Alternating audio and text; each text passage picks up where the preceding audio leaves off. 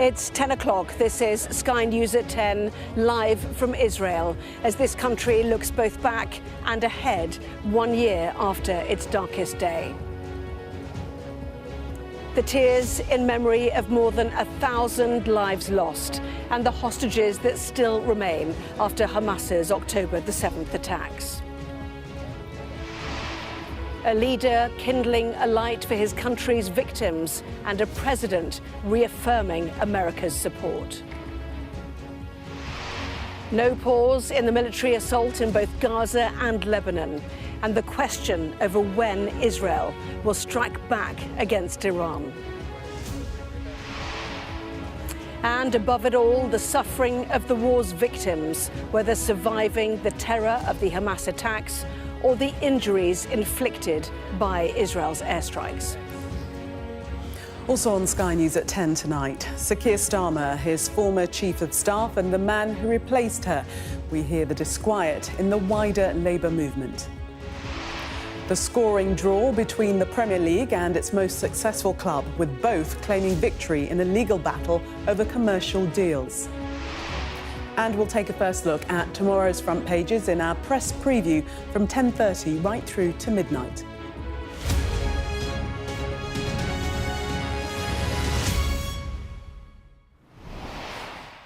Hello, good evening. Even as Israel remembered the victims of the October the 7th attacks, the wars which it triggered were never far from the nation's thoughts. The country's Prime Minister, Benjamin Netanyahu, said it had been a day of loss and pain and unbelievable sadness, but also that Israel's fighting would not end until its goals are complete. Right now, the country and region are waiting to see whether that intent might lead to a major attack on Iran. Well, tonight we will report from across this region on the lessons of the last year and the possibilities for the next. Our international correspondent, John Sparks, sees the impact in Beirut of Israel's military offensive against Hezbollah, which continued today. Our special correspondent, Alex Crawford, has seen how some of the civilian victims of the war in Gaza are being cared for. And our military analyst, Professor Michael Clark, looks at what could come next. But first, our Middle East correspondent, Alistair Bunkle, reports on the day Israel remembered the October the 7th attacks. The anniversary of Israel's darkest day began with the sounds of the war that has haunted this region ever since. Thousands gathered at first light at the site of the Nova Music Festival, the scene of the biggest massacre that morning. 364 people were murdered here and 40 taken hostage. Some had tried to hide in the trees, others jumped in their cars to escape, a few even played dead and prayed for help to arrive. But it was Hamas which came from three sides. The blood of their victims is now seeped into the very sand on which they had danced all night. What does today mean to you? Today is, I think, the day that changed for everyone in Israel, all the lives. Probably the toughest year we've ever had. A massacre that nobody could ever think of. And a total collapse of what we thought was very safe. Israel's president came to console the relatives of the dead. This is a scar on humanity. This is a scar on the face of the earth. We have to do whatever we can in all ways and means possible to bring back our hostages while they're in the tunnels and dungeons of Gaza. The IDF released new videos showing the battle to retake Raim, the kibbutz next to the Nova Festival. The fight took many hours. During that day, Hamas fired more than 4,000 missiles into Israel. Today, only a handful were launched, although some directed at Tel Aviv. In the war that has followed, the IDF has destroyed Hamas's ability to attack Israel in the same way again. But they have also destroyed much of Gaza. The pain of loss and the trauma of war isn't felt by Israel alone. The October 7th massacre was the most horrific attack on the Jewish people since the Holocaust. But unlike the Holocaust, we rose up against our enemies and fought back. We are changing the security reality in our region for the sake of our children, for the sake of our future, to ensure that what happened on October 7th will not happen again. Never again. Israel is a country united in grief, but divided over the course of the war.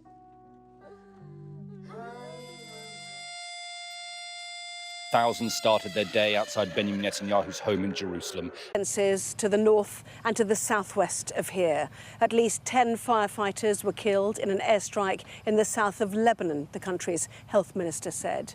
And in Gaza, Israel launched artillery and airstrikes too, it said, to stop an imminent attack by Hamas. From Beirut, our international correspondent John Sparks has this report.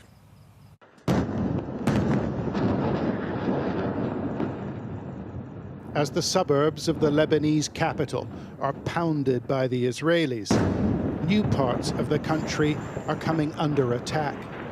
Other targets, other fronts in a fast expanding war. This apartment block in the hills above Beirut was slammed by an Israeli missile strike, and nobody seems to know why. These men are now looking for a new place to live. They just bomb. They bomb indiscriminately. It's not like anybody's hiding out here. He was living next to a family who'd been displaced by the war, this spot serving as their refuge. Yet all 6 were killed in the strike. The leftovers of their final meal remain on the table. A search and rescue team turned up to look for 2 missing children, but they didn't have the equipment to lift the concrete slabs.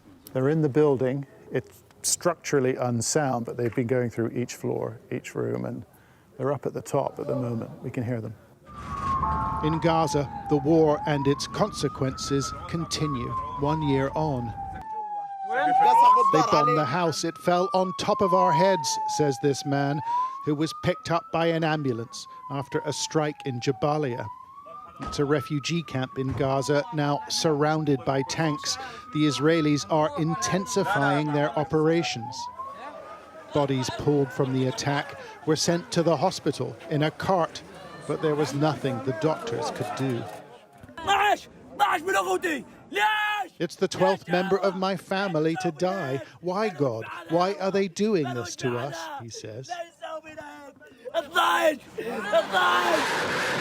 Vowing to continue a long war of attrition, Hamas fired a volley of rockets at Tel Aviv, the attack causing some shock but little damage. In Lebanon, Hezbollah attacked Haifa, a port city in the north, as the Israelis launched a massive response, 100 aircraft targeting 120 sites in the space of an hour. 1 year of fighting could well bleed into 2 and draw additional parties to this fight. It is a reality the region knows only too well. John Sparks, Sky News in Beirut. Well, more now from our correspondents. Mark Stone is at the White House, but first to Alistair Bunkle in Jerusalem. And Alistair, what sense did you get today of how the Israeli people are facing both that horrific attack a year ago and what may be about to come? Well, October the 7th was never supposed to happen. Israelis always lived under the promise that the military and the security services would protect them against their enemies. And so I think today the shock of that October morning returned again, and that shock was on display in Raim at the Nova Music Festival site, and on display in Tel Aviv, where you have been, Anna, and on display at smaller commemorative ceremonies that were held in the kibbutzim and the towns close to the Gaza border.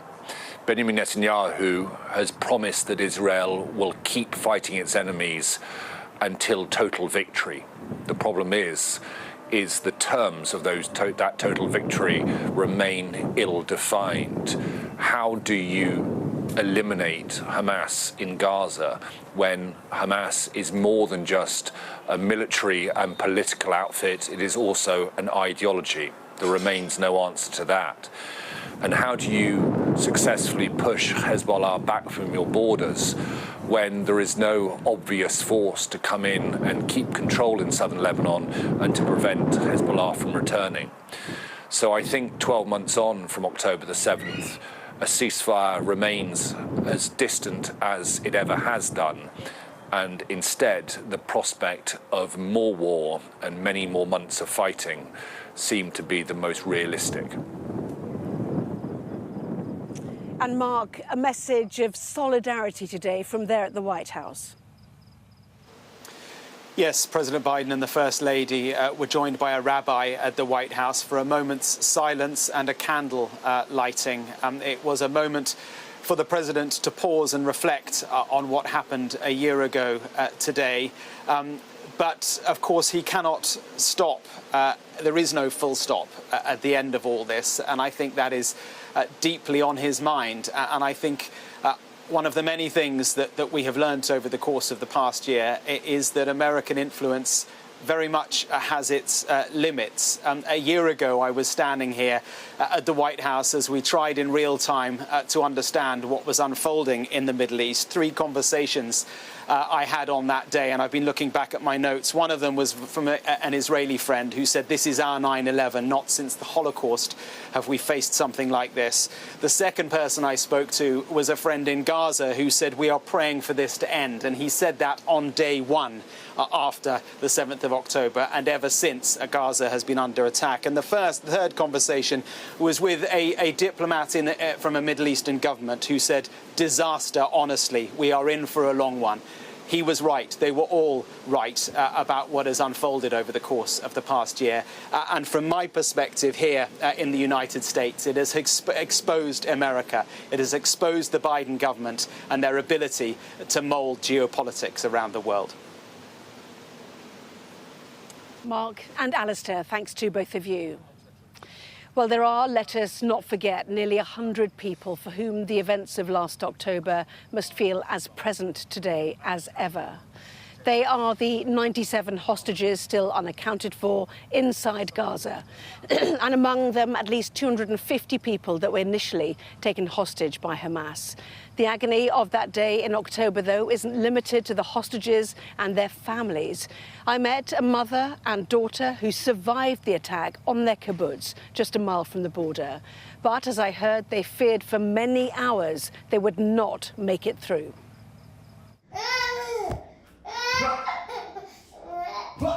Baby Kai is one of the youngest survivors of October the 7th.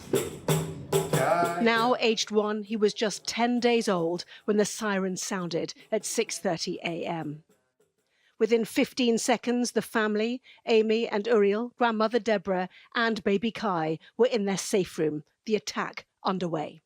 Non-stop rockets, automatic gunfire. The family's house, seen at the start of this video, released by Hamas. Deborah whispers a voice message to her other daughter, Corinne. Corinne, they're in our house. If you can imagine, Hamas terrorists on one side of the door and Amy and Uriel on the other side. There's just a still door. And I was on the floor with the baby, with Kai, and I had my finger in his mouth trying to keep him quiet. We had no water, no bottles, we had nothing. At 8:55 a.m., Deborah texts, "They are in our house, and our house is on fire." 3 minutes later, full of smoke, "We are going to die." The fire consumed my dog. He screamed and screamed and screamed until he died, which was something I shall never forget. At 9:44, they take this picture. Inside the safe room, photographs on the wall barely visible. Baby Kai is struggling to breathe. He had soot, black soot, just coming out his mouth, his nose. So I was on the phone with the firefighter. I mean, amazing man. He was with us for 3 hours and gave us hope that someone was coming. Told us if we can, open the window, even if it's a smidge, and let Kai breathe. A tiny baby An inch of air, a future to fight for. Looking at pictures of your house, burnt out, blackened, your belongings entirely destroyed. How did you survive? Don't know. No idea. Don't know. I don't know why I'm here. I don't know how we survived. I sent messages saying goodbye to people. Mama will help you get out. Their escape came after 8 hours.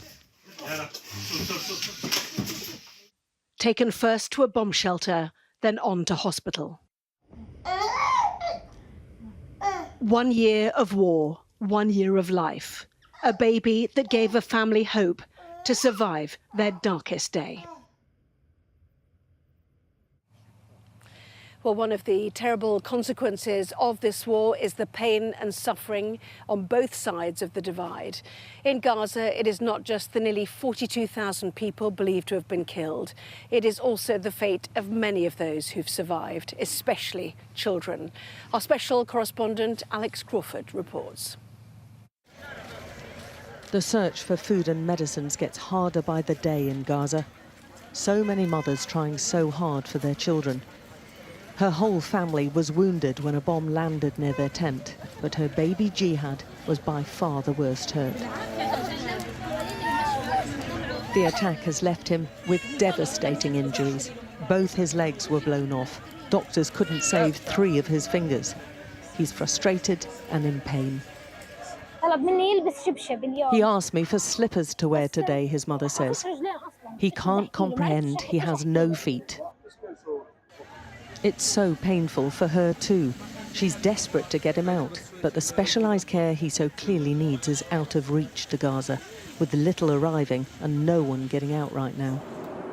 Some aid is being flown in, but this isn't going to Gaza. We joined a rare Emirati flight taking supplies and personnel to a floating hospital off the coast of Egypt. The ship's been converted into a state-of-the-art medical facility. But the war's never far away, even in safety. She's just learnt her son, who wasn't allowed to leave with her, has been killed. Most of her family are still trapped there. Sometimes escape is no escape at all. At one stage, the doctors here were doing 15 surgeries a day, mending broken bodies crushed by falling buildings or torn apart by bombs. Yazan is one of thousands of Gaza children, now amputees. He's only 10, but was medevaced out of Gaza on his own. He's now alone here, away from his entire family. I play football and planes, all the games like the other boys. He's trying to be upbeat, but his face tells a different story. Here he's made to feel special, the hospital's little star, who's come through so much on his own and still has a very long road to go.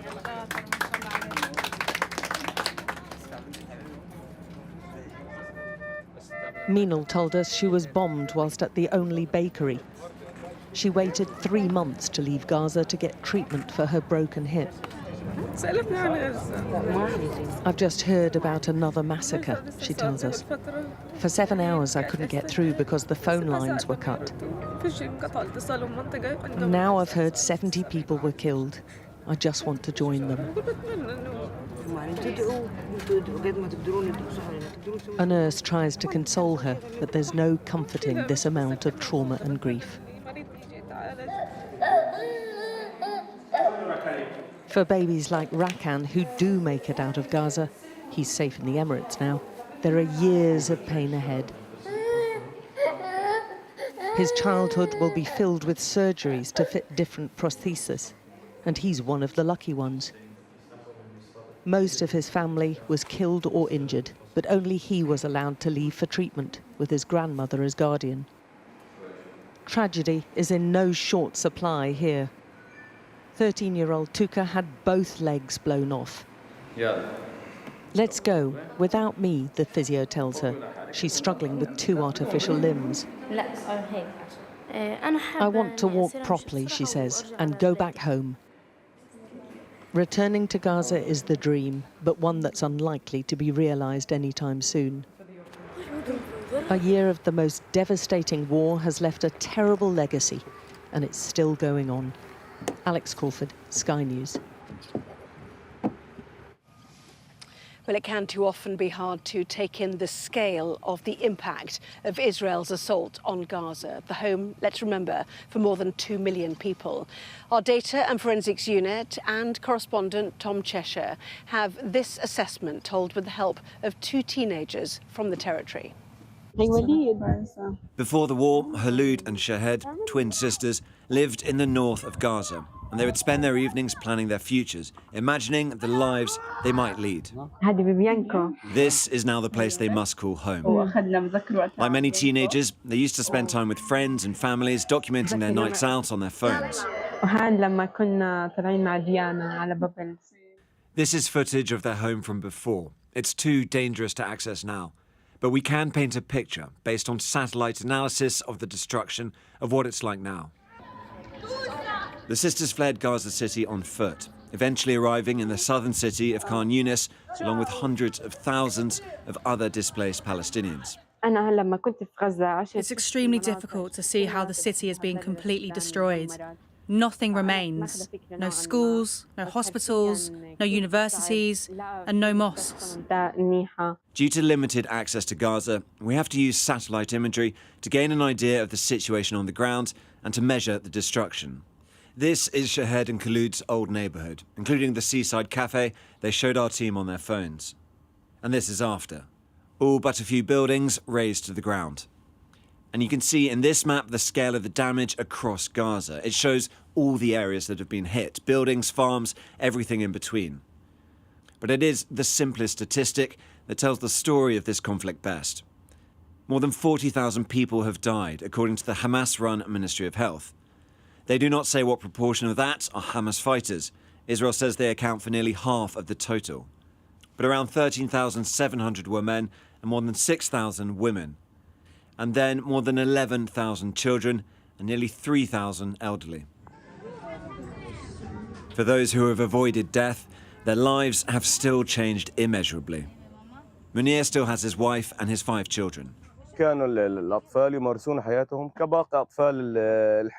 a normal life like any kids, going to school, coming home to rest, and then picking up their football to play in the street or at the club. Every evening, they'd go to the highest point in Gaza City for a coffee and to see friends.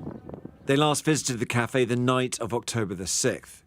This is what that journey up the hill would look like now, again based on satellite analysis of the damage.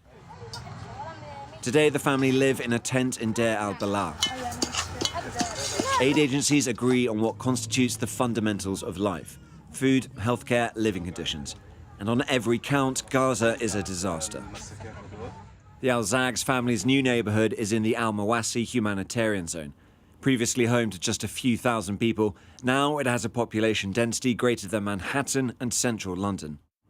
Shortages have led to a doubling of food prices since the war began, and the cost of flour and meat has tripled. All the while, infectious diseases have soared to more than 1.5 million cases, including acute respiratory disease, diarrhea, scabies and jaundice. If I were to imagine a nightmare, it wouldn't come close to the current situation we're living in these days. And the great reckoning of this conflict still ongoing. Some things can be counted, some cannot. Tom Cheshire, Sky News. Well, the threat that Israel is facing from its myriad enemies in this region was made clear again tonight when Houthi rebels based in Yemen said they'd fired 2 missiles at the country. Well, Israel's assault has no doubt diminished the attacking force of both Hamas and Hezbollah. The question is whether what happens next could escalate the situation, as our military analyst Professor Michael Clark explains. We are a year on from Hamas's October the 7th atrocity. So where does it leave Israel, the wider region and the world watching on?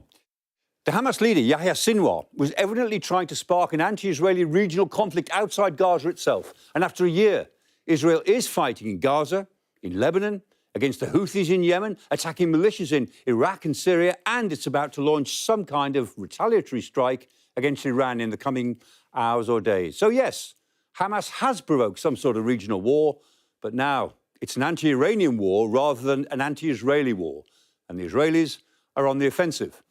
The IDF has killed Ismail Haniyeh and Mohammed Deif. The only top Hamas leader still at large is Yahya Sinwar, and they claim to have killed or eliminated at least 17,000 of Hamas's estimated 25,000 terrorists and dismantled most, they say, of the 24 battalion structures that Hamas operated in. Now, of course, there's no figure for the number of terrorists the IDF may have created by its destruction in Gaza, but that number is probably calculated in multiples. Twice as many, 3 times as many. It certainly won't be 0. But for now, Israel is free to turn its attention elsewhere. And it's doing the same to Hezbollah as it's done to Hamas. In Lebanon, the IDF has assassinated Hassan Nasrallah, the much-admired leader of resistance to Israel across the Arab world. And it's accounted for almost all of the top 2 tiers of the Hezbollah leadership. Hezbollah is certainly in a mood to fight the Israeli incursion into Lebanon, but its ability to do so is now severely hampered. And we wait to see what Israel's next move is against Iran. It's vowed to respond to Tehran's attack on Israel with missiles last week. Tel Aviv seems to believe now that it's got Iran backed into a corner, unable really to exploit all its proxy forces across the region, but too internally split and frankly nervous to take Israel on directly. The Israeli media are reporting that the Americans are offering Israel financial compensation if they avoid striking Iran's nuclear sites, like that at Natanz, Iran's biggest nuclear facility, or indeed the oil fields in the south of the country. Now, if the Israelis do choose Iran's oil industry, the target could be Khag Island, which hosts Iran's largest oil terminal. 90% of Iran's oil exports flow through it, so an attack on that could be crippling. Assertive Israelis claim that this is a once-in-a-generation opportunity to remake the Middle East, and some Arab leaders worry that they just may be right. Whatever sort of remade region might emerge from this turmoil, we can be certain that the Middle East will never return to the security situation that prevailed before October the 7th last year. That particular status has gone forever. Professor Michael Clark there. Well, the southern suburbs of Beirut have been put on notice once again that there are likely to be further Israeli airstrikes tonight. It's gone both ways, though, today. Here in Tel Aviv, 3 different sets of sirens going off. The first this morning being fired from Gaza, the second this afternoon being fired from Yemen, and the third this evening fired from Lebanon. A clear indication that both Hamas, the Houthis in Yemen and Hezbollah the Houthis in Yemen and Hezbollah in Lebanon have all still got the capability to fire into Tel Aviv and into Israel. Keep an eye on the situation, obviously, throughout the Middle East, but for now, let's go back to Gillian. Anna, thank you. Labour isn't working was the famous Conservative slogan from an election past.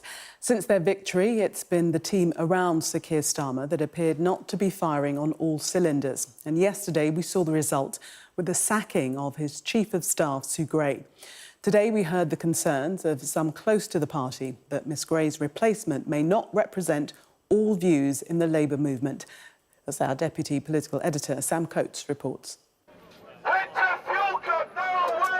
Who does the Prime Minister actually listen to? Noisy protesters or unions, MPs or those that write campaign cheques. Every day, so many people and groups want the attention of the Prime Minister. But it's the top team in Number 10 who decide which messages get heard by Keir Starmer. And from today, his Downing Street is under new management. Well, look, what I want to make sure is that Keir Starmer and Rachel Reeves are listening. I mean, they themselves need to have their ear to the ground. They need to know exactly what's going on. Do you think the new team will help that? Well, I hope they do. The vacancy created after the Prime Minister fired Sue Gray as Chief of Staff. Ministers today giving a brief farewell, but no desire to dwell. I thank Sue Gray for all that she did as a superb public servant. This is a government pledged to serve. There is much to do. It's a young government, and we get on with the work ahead of us. Now leading that work for the Prime Minister is this man, Morgan McSweeney, the election supremo who spent years in opposition trying to get Labour out of the grip of Jeremy Corbyn. Left-wing MPs worry he's still fighting the battles of the past and won't listen as much to arguments from their part of the Labour Party. Morgan comes from a particular faction within the Labour Party. I think what you need as a chief of staff is someone who can straddle all the different elements of the party and be a true representative of a broad church if it's going to be effective. To be frank, I don't think Morgan is that person. But it's not just left-wing MPs who worry about a political imbalance in this government. In a little over 3 weeks, the teams in the buildings behind me must deliver the event that could determine whether Keir Starmer's premiership is a success or a failure. That's the budget and the spending review. And I can tell you now, there is deep anxiety all across Whitehall. Fears the Treasury are asking for too much, that manifesto promises may not be able to be afforded, and that the scale of the bad news is just too much. And many cabinet ministers want the people in number 10 behind me to intervene. A big ask for such a new team.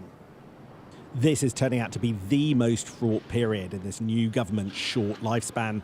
Can the new team in here calm things down fast? Sam Coates, Sky News, Westminster.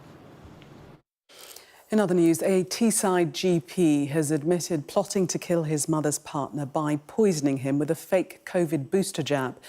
Newcastle Crown Court heard that Thomas Kwan disguised himself as a community nurse, as seen on the left, to inject suspected pesticide into the 72-year-old's arm in January, causing severe injuries. Prosecutors say Kwan wanted to inherit all of his mother's estate. The 53-year-old initially denied attempted murder, but changed his plea after hearing the case against him in court. Another hurricane churning towards Florida has strengthened to become Category 5, the most dangerous. Hurricane Milton is forecast to make landfall on Wednesday. It's tracking towards the Tampa Bay area less than 2 weeks after Hurricane Helene, a Category 4, tore across Florida and other states, killing more than 200 people. A verdict is expected tomorrow in the German trial of a suspect in the Madeleine McCann disappearance case. Christian B, as he is known under German privacy laws, is accused of sexual offences unrelated to the McCann case. He's not been charged with Madeleine's disappearance and denies any involvement. The European Space Agency's Hera spacecraft has blasted off from Florida's Cape Canaveral for part 2 of a planetary defence test. It's on a mission to observe a space rock that NASA hit with a probe in 2022 to change its course. It was never a threat, but scientists want to know if they can deflect space rocks away from Earth if needed. A battle between the Premier League and its most successful current club would appear to have ended in a draw tonight. Manchester City said earlier they'd won a legal fight over commercial rules, which had blocked 2 large sponsorship deals. The league, though, said most of Manchester City's claims had been rejected. And our sports correspondent Rob Harris is at Premier League headquarters for us tonight. And Rob, it's a complicated one, this story. What's it all about and what does it mean for the club and the league? Well, it's a tribunal ruling that threw into terms things like unfair, anti-competitive and indeed unlawful. And based on Manchester City's interpretation, it is hugely embarrassing for the Premier League and throws into disarray their enforcement of the financial regulations for the last few years. But the Premier League here believe that they can make quick changes to these rules to comply, and that will come at a meeting next week of the clubs. And this tribunal did agree that the profit and sustainability rules are necessary to keep the league financially sustainable and attempt to prevent a distortion of the competition, because even a club with the wealth of Manchester City, backed by Abu Dhabi, cannot spend what it wants on players. It has to raise that income and from sponsors, and it has to be legitimately earned. But it's about how these companies are related to their ownership that is so central to this case. And these deals can't be at inflated values, but The tribunal did find it was unfair for the league to block deals with Etihad Airlines last year, and they were slow making a decision on that, and City might have missed out on millions. And this is all about trying to blow the whole system apart, really, from City, and it's even led to things like shareholder loans that are interest-free now potentially being counted towards the losses that clubs can make, and they're allowed to under these Premier League rules. And it's all part of a bigger showdown, because currently City are contesting a case known as the 115 charges about alleged deception of financial rules that ultimately could see City deducted many points that sees them thrown out of the Premier League. It is very complex, and tonight there is no clear result in this match. Both the Premier League and City are claiming victory. Thank you, Rob. It's a draw then, I guess. That was Sky News at 10. Coming up, we'll take a first look at tomorrow's newspapers in the press preview. Tonight, we're joined by journalist and broadcaster Jenny Kleeman and the director of the Onward think tank, Sebastian Payne. Amongst the stories we'll be discussing, this on the front of the Eye, its headline: a PM refuses to rule out UK military involvement if Israel attacks Iran. We'll be right back with that story and others. Do stay with us.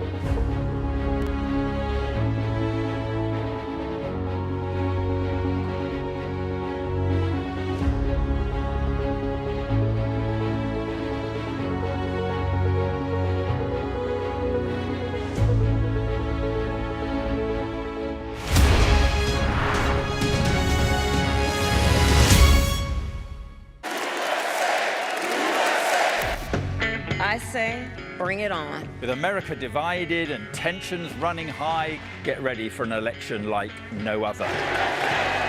Join our teams as we follow the campaign trail as America decides. We will win, win, win. Get closer to the action this US election with full reaction and analysis.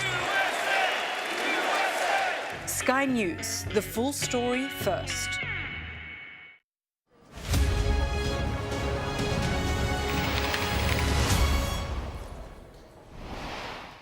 Welcome back. You are watching the press preview, a first look at what's on the front pages as they arrive. It's time to see what's making the headlines with journalist and broadcaster Jenny Kleeman and director of the Onward think tank, Sebastian Payne. They'll be with us from now until just before midnight. So let's see what's on some of those front pages for you now. Well, starting with the Eye, which says the PM is refusing to rule out UK military involvement if Israel attacks Iran. The Metro leads on what it calls Britain's pothole crisis, which the paper says has caused 480,000 incidents so far this year. On the front of the Telegraph, a legal loophole reportedly allows an Albanian criminal to remain in the UK. In other news, the Prime Minister, Sir Keir Starmer, faces questions about his relationship with multi-millionaire Labour donor Lord Ali. That's on the front of the Mail. The Times reports that Whitehall chiefs are warning of so-called systemic issues in Downing Street following Starmer's sacking of Chief of Staff Sue Gray. The Mirror's front carries an accusation from disgraced TV star Philip Schofield against his former This Morning co-presenter Holly Willoughby. Their headline, "You Brought Me Down." And The Sun has the very same story. And a reminder that by scanning the QR code you'll see on screen during the programme, you can check out the front pages of tomorrow's newspapers while you watch us. And we are joined tonight by journalist and broadcaster Jenny Kleeman and director of the Onward think tank, Sebastian Payne. Welcome to both of you. Let's start with the Times, and we're going to go inside pages 26 and 27. And this, I mean, mainly the photos are quite striking. People marking the one-year anniversary of the attacks by Hamas, or the October the 7th attacks by Hamas at the Nova Music Festival. Very striking first-hand accounts of one survivor, Ben Yakov, who was there with his girlfriend. They abandoned their car, had to make a run for it under gunfire from Hamas, eventually got home and then signed up for the Israeli military straight away. Yes, and I mean, obviously, the stories that we've been hearing today and images like this, the kind of palpable anguish of those remembering what they went through, what their loved ones went through a year ago. The thing about anniversaries is it is a chance to look back, and yet this is a situation where we're not really in a position to look back. We're still in the middle of all of this. There were the attacks on October the 7th, which are so terrible, but during which so many hostages were taken, and those hostages have still not returned home, even though that's supposedly a stated aim and objective of Israel's mission in Gaza.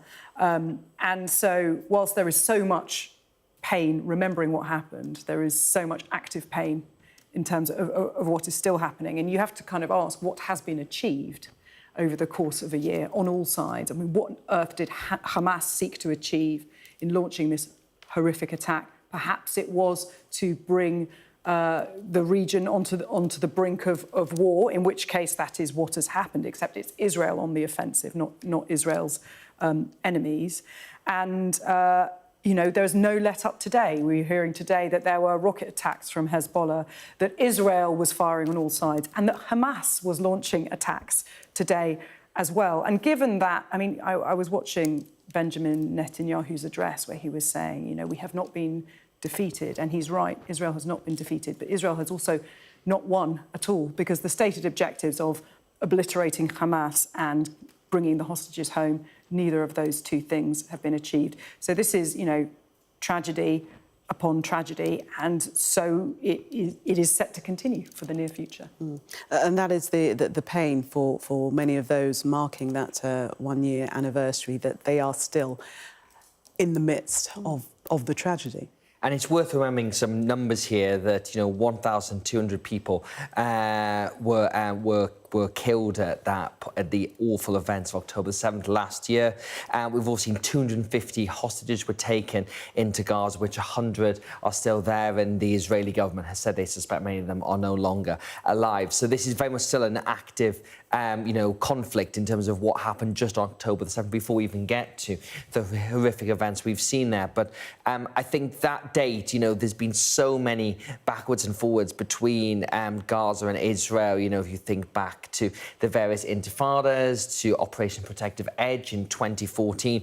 October the 7th, I think, will last a lot longer in the psyche for many Israelis because it felt the nation was under attack in a way that it hadn't been before. And I think when you read the stories in the Times and on the front page of other papers as well, the fact it was at a music festival involved so many young people, the fact it was completely surprised that it wasn't predicted in any way has, I think, just deeply traumatised the nation in a way which has led to the events we've seen there. And I think if Hamas wanted to prompt a wider regional conflict, then they've probably been successful in that regard, because you've seen the Israeli government's operations in Gaza to try and destroy Hamas, which obviously are still ongoing. And I mean, I don't know how one will mark the end of that or when that is effective. But then obviously it has spread into Lebanon with the attacks to and from with Hezbollah over recent weeks as well. And as Jenny and I were talking before we came on air, a lot of this is going to play into the US presidential election because so much of Israel's standing in the world and its security rests on the United States. And of course, what happens in the first week of November will play hugely into what goes next. That Donald Trump has been out and about today saying he is the greatest friend Israel has ever had, in his language, as you'd expect. But if he does win the US presidential election, in some ways that will embolden Benjamin Netanyahu to continue to push on that basis. If Kamala Harris does, then I think things will continue much as they are now. But I think it's 1 year since October the 7th, and I imagine we'll probably be sitting here in a year's time and not a lot will have moved on. Sebastian and Jenny, thank you very much for the moment. We're going to take a break at this point, coming up. The Times writes that Keir Starmer's decision to sack his chief of staff will not resolve systematic issues. So stay with us for more.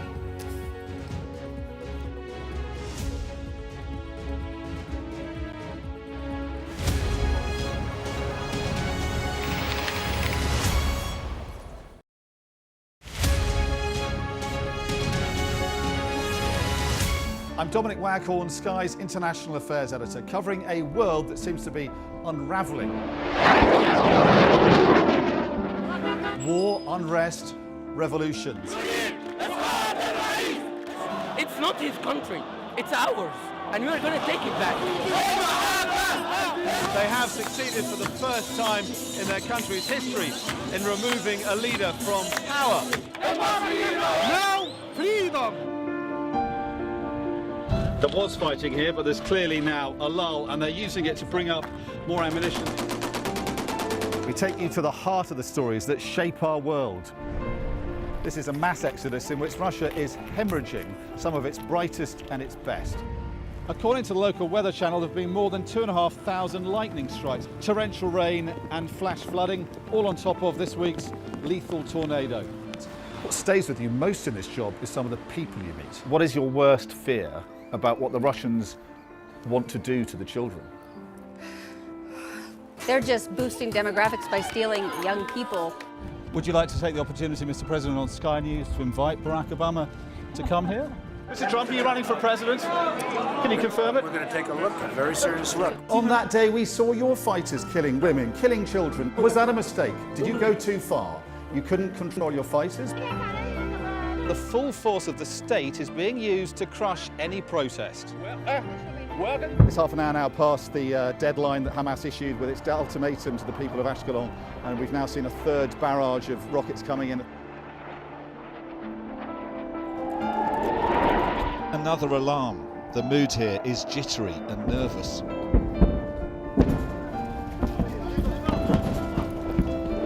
We're seeing the world get more and more divided, and it's our job to try to make sense of it all. Our app gives you the very best of Sky News wherever you are. Breaking news, videos and analysis. Evidence of the crisis. Podcasts, watching us live. Live here from Washington. Wherever you get your podcast. All in one place. And all at just the touch of a screen. The Sky News app. Get the full story first.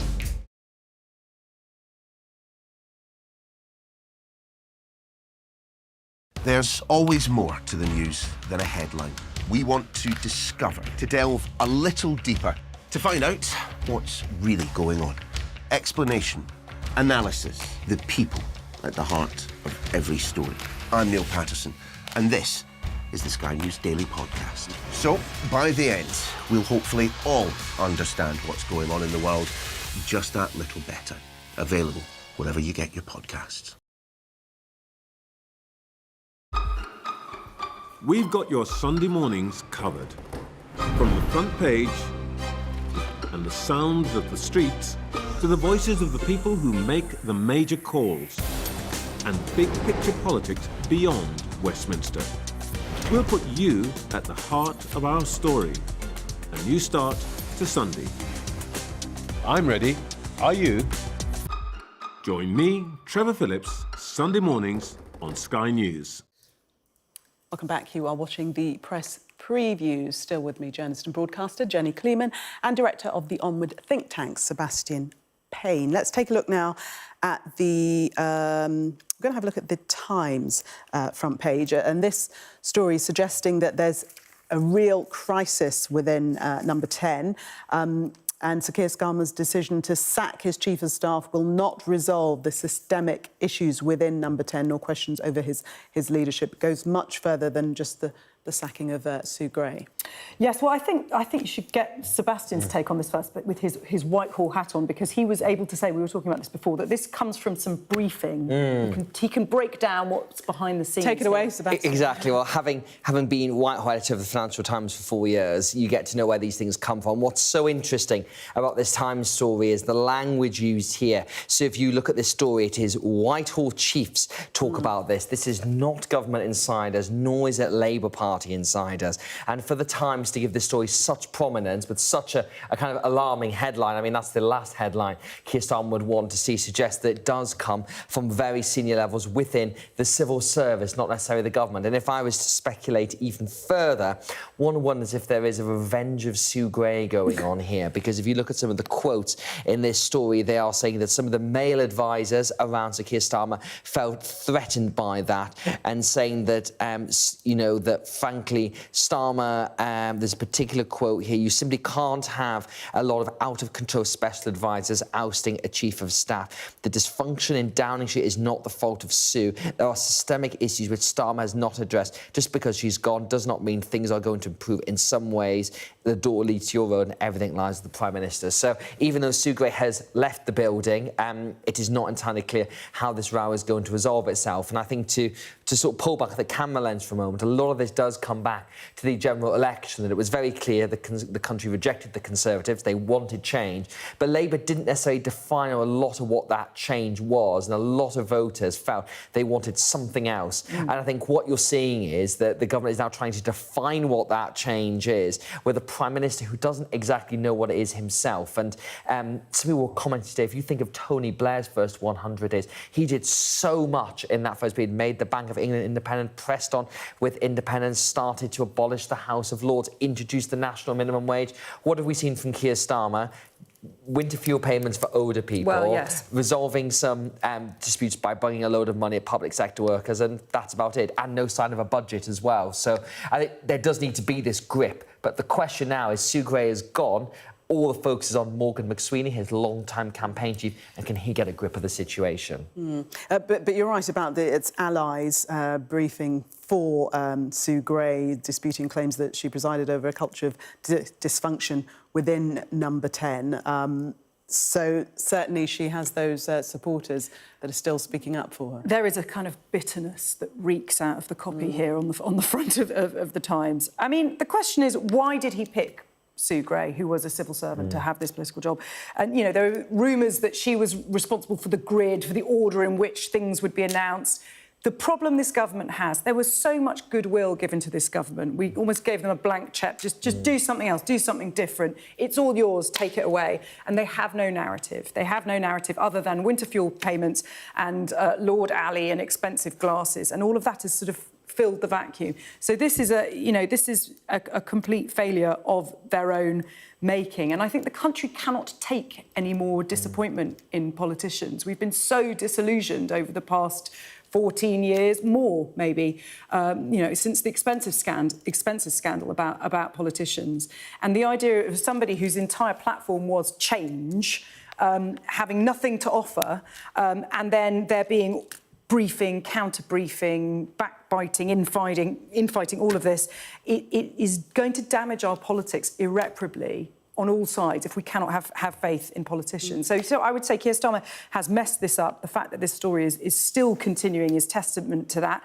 And the fact that, you know, you've got civil servants briefing in such a bitter, rancorous way, it does not bode well for the future. Sebastian, very quickly, just about 20 seconds. What about this line that Sir Keir Starmer has a problem with women in positions of power? Well, there's been this accusation for quite a while that there's a kind of bro culture around Leader of the Opposition and a lot of male advisors who like to put their strident opinions across. And when Sue Gray came into Keir Starmer's inner circle, she was seen as an ally of Angela.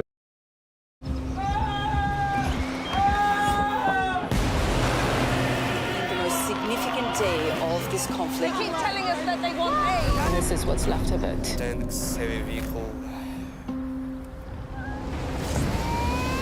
Why only in America? People want their country to work. Just want a job in a normal life. Why are these homes empty? I want you to be honest with people. That has happened within minutes. Sky News, the full story first. Free wherever you get your news. I say, bring it on. With America divided and tensions running high, get ready for an election like no other. Join our teams as we follow the campaign trail as America decides. We will win, win, win. Get closer to the action this US election with full reaction and analysis. Sky News, the full story first.